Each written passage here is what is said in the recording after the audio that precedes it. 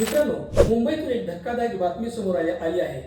मुंबईच्या मालाड रेल्वे स्टेशनवर शनिवारी संध्याकाळी एका प्राध्यापकाची लोकल ट्रेनमध्ये चाकून वार करून हत्या करण्यात आली। मृत्युमुखी पडलेले प्राध्यापक आलोक कुमार सिंह हे विले पार्ले येथील Narsee Monjee college of commerce and economics येथे गणित विषयाचे अध्यापन करत होते। घटना बोरिवली चर्चगेट लोकल दरम्यान मालाड स्टेशनवर उतरते वेळी झालेल्या किरकोळ वादातून सुरू झाली होती।